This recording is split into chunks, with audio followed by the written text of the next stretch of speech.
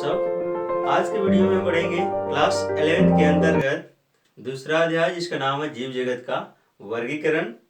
इस अध्याय में हम लोगों ने प्रोटिस्टा जगत के बारे में स्टडी कर रहे हैं, जिसमें आप लोगों ने अभी तक पढ़ा है कि प्रोटिस्टा जगत को सबसे पहले 5 समूहों में बांटा गया है। फिर 5 समूहों में प्रोटोजोआंस को फिर 4 भागों में बांटा गया। तो प्रोटोजोआंस में जो आप लोगों ने 4 भागों में बांटा गया था, जैसे आप लोगों के पहले अमीबॉइड प्रोटोजोआंस, दूसरा फ्लैजिलेटेड प्रोटोजोआंस, तीसरा है सिलिएटेड प्रोटोजोआंस और चौथा स्पोरोजोआंस। तो आप लोगों ने अमीबॉइड प्रोटोजोआंस के बारे में स्टडी कर लिया है। आज के वीडियो में आप लोग पढ़ेंगे फ्लैजिलेटेड प्रोटोजोआंस के बारे में, जो एक प्रोटोजोआस का भाग है। तो इसमें देखेंगे कि इनके सामान्य लक्षण क्या हैं, इनमें जनन कैसे होता है, ये कहाँ पाए जाते हैं। तो सब कुछ आज के वीडियो में हम स्टडी करेंगे। याद रखेंगे इस जो समूह के सदस्य होते हैं स्टूडेंट्स, वो परजीवी होते हैं। परजीवी होते हैं अर्थात किसी जीव के शरीर पर पाए जाते हैं और वहाँ रोग भी उत्पन्न करते हैं। इनमें गति करने के लिए कशाभिकाएं पाई जाती है, जिसको हम लोग फ्लैजिला कहते हैं, जिसके कारण ये फ्लैजिलेटेड प्रोटोजोआंस भी कहा जाता है। आगे आप लोग देखेंगे कि इनकी कोशिका भित्ति नहीं पाई जाती है, इनमें कोशिका भित्ति का अभाव होता है, नहीं पाई जाती है, लेकिन एक बाहरी आवरण पाया जाता है जो पेलिकल आवरण भी कहलाता है। जो चारों ओर से घिरा होता है वो पेलिकल आवरण भी कहलाता है। इसमें प्रकाश संश्लेषण की क्रियाएं नहीं होती हैं, जिसके कारण ये विषम पोषी पोषण करता है। जैसे परजीवी हो गया, तो परजीवी एक प्रकार का क्या है, विषम पोषी पोषण के रूप में होते हैं। फ्लैजिला इनको गति करने के साथ साथ शिकार को पकड़ने में भी मदद करता है। जो फ्लैजिला इनमें पाया जाता है फ्लैजिलेटेड प्रोटोजोआंस में, वो गति करने के साथ साथ इनको भोजन को पकड़ने में हेल्प करता है, मदद करता है। जैसे आप लोगों को एग्जाम्पल बता दें, ट्रिपैनोसोमा ब्रूसी इसका बेस्ट एग्जाम्पल है, जो मनुष्य में रोग भी उत्पन्न करता है, जिसको हम लोग स्लीपिंग सिकनेस के नाम से भी जानते हैं, अफ्रीकन स्लीपिंग सिकनेस। यह रोग जिन व्यक्तियों को हो जाता है, वह व्यक्ति को ज्यादा नींद आती है, नींद की बीमारी भी कहा जाता है इसे, अफ्रीकन स्लीपिंग सिकनेस को। यह जो आप लोग देख रहे हैं ट्रिपैनोसोमा ब्रूसी, ये स्पेशली एक मक्खी होती है जिसका नाम है सीसी मक्खी। याद रखेंगे, सीसी मक्खी, सीसी मक्खी। सीसी मक्खी के लार ग्रंथियों में यह पाया जाता है, जिसका नाम है ट्रिपैनोसोमा ब्रूसी। Trypanosoma Brucie. यह इस मक्खी के लार ग्रंथियों में पाया जाता है, और जैसे ही यह मक्खी, जो सीसी मक्खी होती है, रोग इसकी वाहक होती है, मतलब ये जहां जहां बैठती है, जहां जहां जाती है, वो इसको फैलाती है, संचरित करती है। तो इसकी वाहक है, ट्रिपैनोसोमा ब्रूसी की वाहक होती है सीसी मक्खी। और जैसे ही यह ट्रिपैनोसोमा ब्रूसी खाद्य पदार्थों पे पहुंच जाए, चाहे किसी प्रकार से ह्यूमंस के अंतर्गत पहुंच जाए, स्पेशली आपको पता है कि जो मक्खियां होती हैं खाद्य पदार्थों पर बैठती हैं, तो खाद्य पदार्थों को इसलिए ढक कर रखना चाहिए। यदि खुले में खाद्य पदार्थ हैं, खाने वाले पदार्थ, तो उनमें ये मक्खियां बैठ जाती हैं और ट्रिपैनोसोमा को उस पर छोड़ जाती हैं, जिससे जो व्यक्ति उन पदार्थ को खाते हैं जिनमें ये ट्रिपैनोसोमी चले गए हैं जिन खाद्य पदार्थों में, तो उनके शरीर में पहुंच जाते हैं और जाकर उनमें रोग उत्पन्न करते हैं, जिनका नाम है अफ्रीकन स्लीपिंग सिकनेस। तो आप लोग इनके बारे में नोट कर लेंगे कि कुछ इंपॉर्टेंट पॉइंट जो है इनके आप लोग नोट करते चलेंगे। लिखेंगे स्टूडेंट्स कि इस वर्ग के सदस्य परजीवी होते हैं,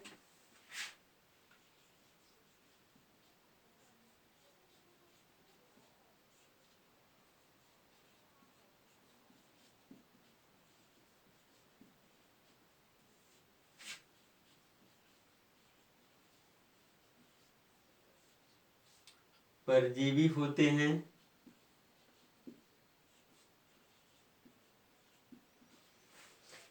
तो आप लोगों ने देखा इसका इम्पोर्टेंस कि इस वर्ग के सदस्य जो भी होते हैं वो क्या होते हैं, परजीवी होते हैं तथा स्वतंत्र जीवन व्यतीत करते हैं, स्वतंत्र जीवन व्यतीत करते हैं तथा स्वतंत्र जीवन व्यतीत करते हैं, व्यतीत करते हैं। तो आप लोगों ने यहाँ देखा कि इस वर्ग के सदस्य स्टूडेंट्स क्या होते हैं, परजीवी होते, पैरासाइट्स होते हैं और अपना जो जीवन होते स्वतंत्र रूप से व्यतीत करते हैं। इनमें फ्लैजिला पाया जाता है, आपको पता है कि इसलिए इसको फ्लैजिलेटेड प्रोटोजोआंस कहा जाता है। इनमें फ्लैजिला जिसको कशाभिका कहते हैं, कशाभिका हिंदी में कहते हैं, इंग्लिश में कहते हैं फ्लैजिला, पाया जाता है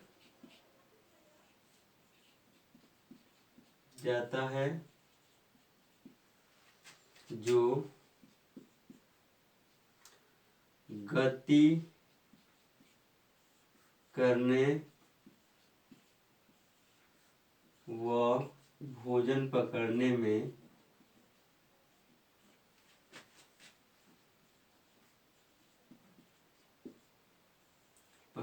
में सहायक होता है।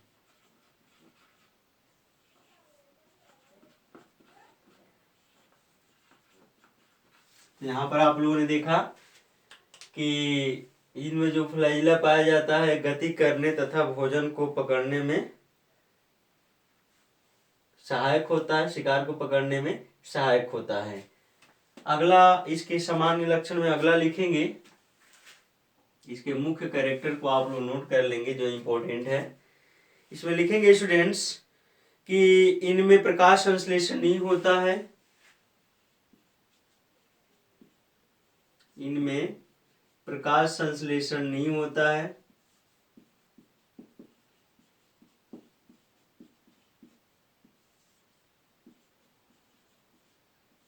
नहीं होता है,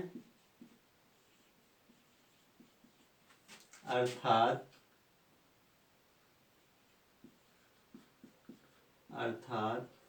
ये विषमपोषी होते हैं, विषमपोषी होते हैं। आप लोगों ने देखा स्टूडेंट्स कि इनमें प्रकाश संश्लेषण नहीं होता है, इस कारण ये क्या होते हैं, विषमपोषी होते हैं। इसका अगला कैरेक्टर है कि इनमें कोशिका भित्ति का अभाव होता है, कोशिका भित्ति भी नहीं पाई जाती है, कोशिका भित्ति सेल वॉल जिसको कहते हैं, कोशिका भित्ति का अभाव होता है, मतलब नहीं पाई जाती है, अभाव होता है। लेकिन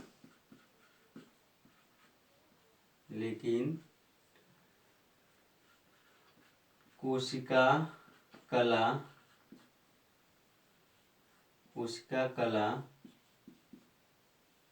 उपस्थित होती है,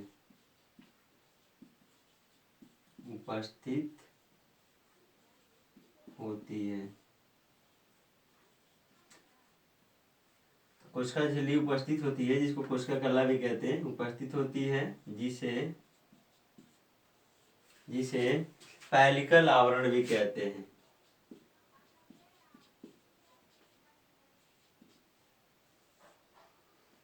पैलिकल भी कहते हैं।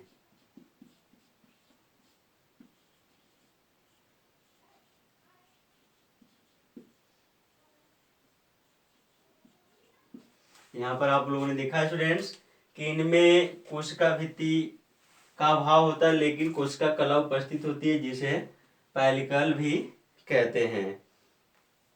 याद रखेंगे इसकी वाहक क्या होती है, हमने बताया सीसी मक्खी होती है, तो इसका पॉइंट लिख लेंगे।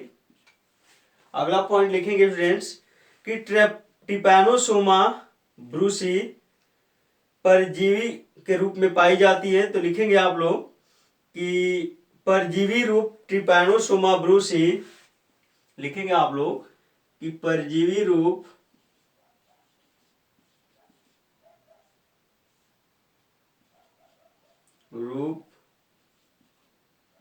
ट्रिपैनोसोमा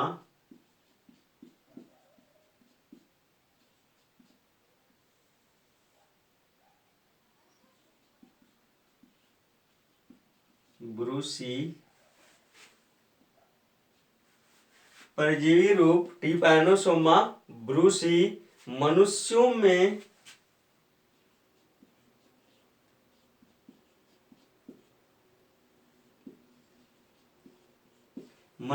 में अफ्रीकन स्लीपिंग सिकनेस बीमारी उत्पन्न करती है।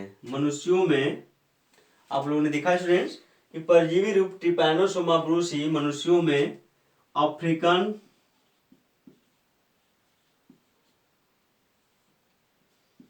स्लीपिंग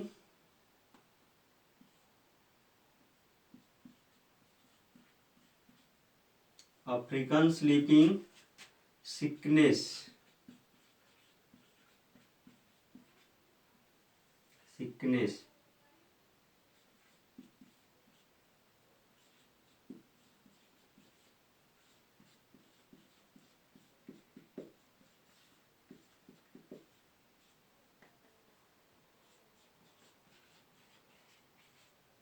अफ्रीकन स्लीपिंग सिकनेस बीमारी उत्पन्न करती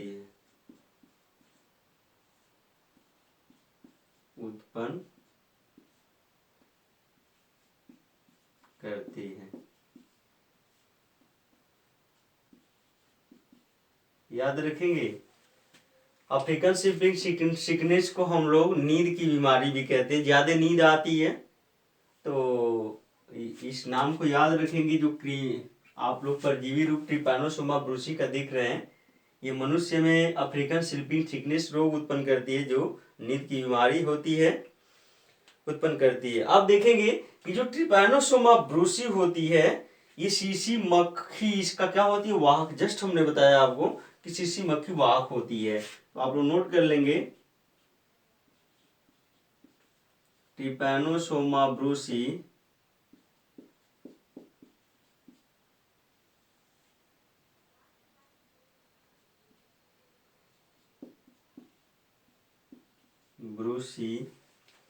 ट्रिपैनोसोमा ब्रूसी सीसी मक्खी द्वारा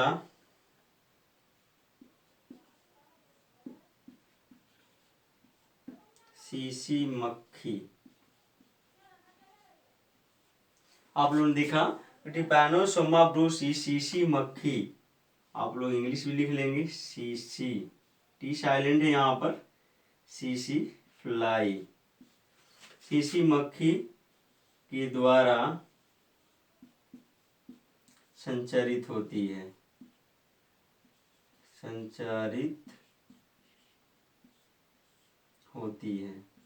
मतलब फैलती है।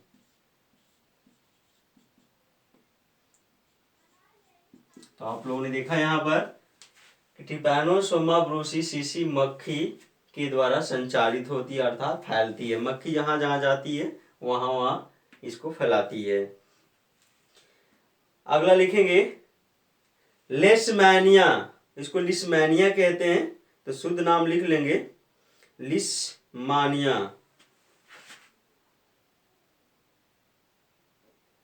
आप लोग लिख लेंगे, इसका नाम पूरा है लेशमेनिया।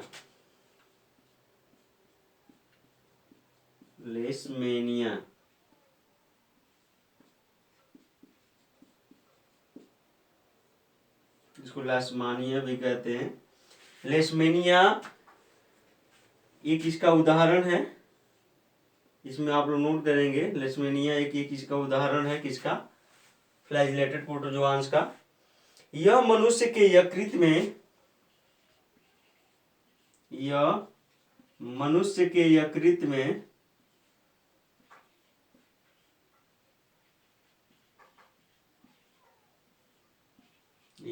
में कालाजार रोग उत्पन्न करती है। कालाजार रोग उत्पन्न करती है। यहाँ पर आप लोगों ने देखा स्टूडेंट्स कि जो लेशमेनिया इसका उदाहरण है फ्लैजिलेटेड प्रोटोजोआंस का, यह मनुष्य के यकृत में कालाजार रोग उत्पन्न करती है। जो फ्लैजिलेटेड प्रोटोजोआंस है, जो एक क्या है, फ्लैजिलेटेड प्रोटोजोआंस है, जो एक फ्लैजिलेटेड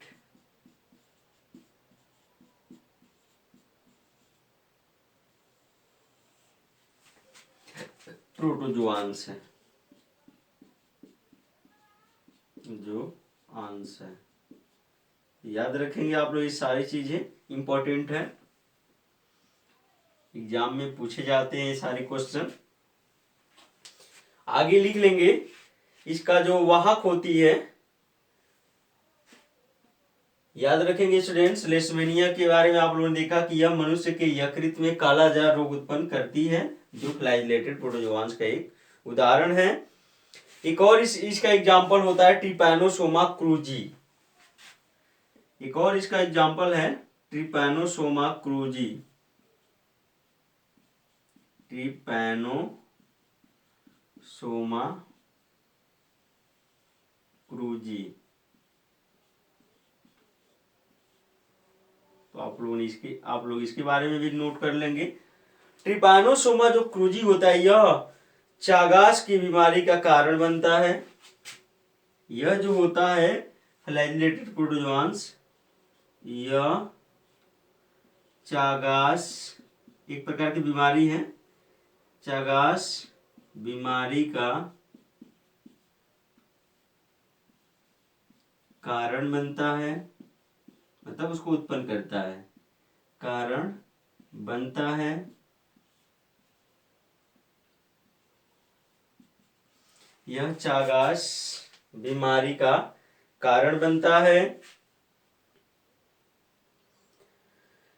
जो मध्य तथा दक्षिणी अमेरिका में लगभग 2 से 3 बिलियन लोगों को प्रभावित करता है। तो याद रखेंगे, अमेरिका का जो मध्य और दक्षिणी अमेरिका होता है, इसमें हम बोल दे रहे हैं, आप लोग नोट कर लेंगे। चागास बीमारी कहाँ होता है, तो मध्य अमेरिका और दक्षिणी अमेरिका में यह रोग चागास जो बीमारी होती है ज्यादा प्रभावित करती है। मध्य अमेरिका और दक्षिणी अमेरिका में लगभग माना जाता है लगभग कि 2 से 3 बिलियन लोग इससे प्रभावित होते हैं। इस रोग से लगभग 2 से 3 मिलियन लोग प्रभावित होते हैं और हर साल लगभग 45,000 लोग इस बीमारी से उनकी मृत्यु हो जाती है। तो याद रखेंगे, बहुत खतरनाक बीमारी है स्टूडेंट, जो ट्रिपैनोसोमा क्रूजी के कारण होता है। इसका आप लोग संरचना बना लेंगे, ट्रिपैनोसोमा ब्रूसी की संरचना।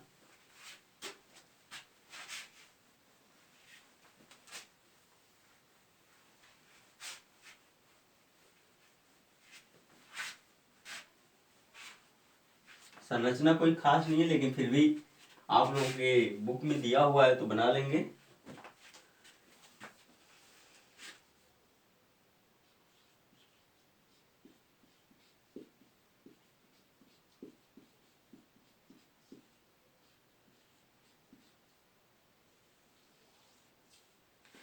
Trypanosoma Brucie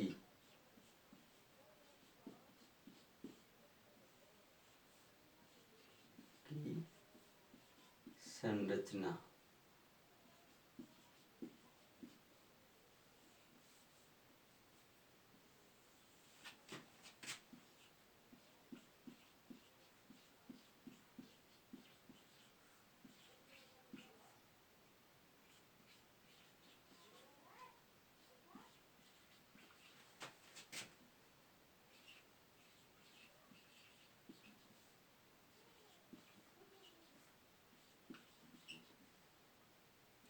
structure of Trypanosoma Brucie.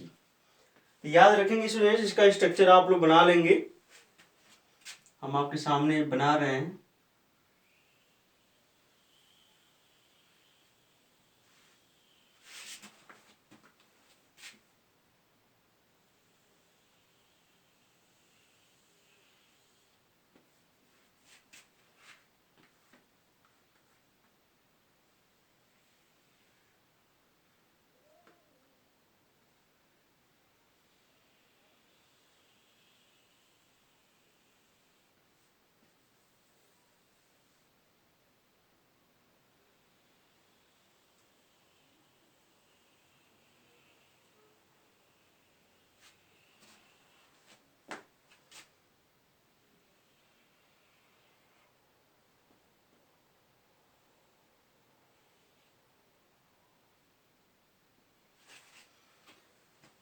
ये स्टूडेंट पेलिकल आवरण जिसको आप लोगों ने लिखा था, पेलिकल आवरण है।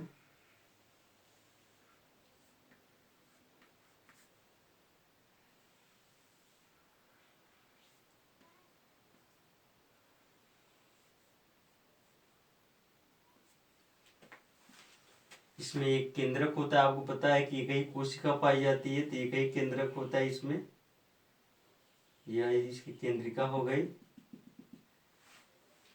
और यह इसका एक लार्ज कशाभिका हो गया जिसको फ्री फ्लैजिलम भी कहते हैं। यहाँ पर इसकी स्ट्रक्चर में और भी आप लोग देखेंगे कि फ्री फ्लैजिला यहाँ से शुरू होता है, स्टार्ट होता है।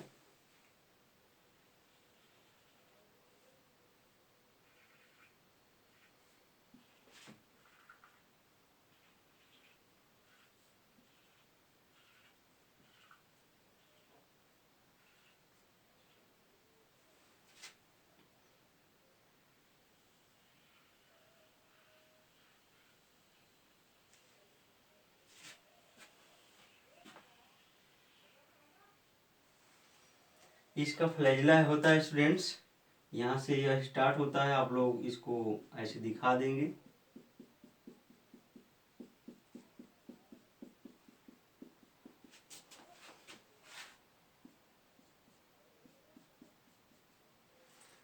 यह इसका फ्लैजिला यहाँ से स्टार्ट होता है, ऐसे ही होता है। तो फ्लैजिला आप लोगों ने बना लिया, और इसका नामकरण कर देंगे।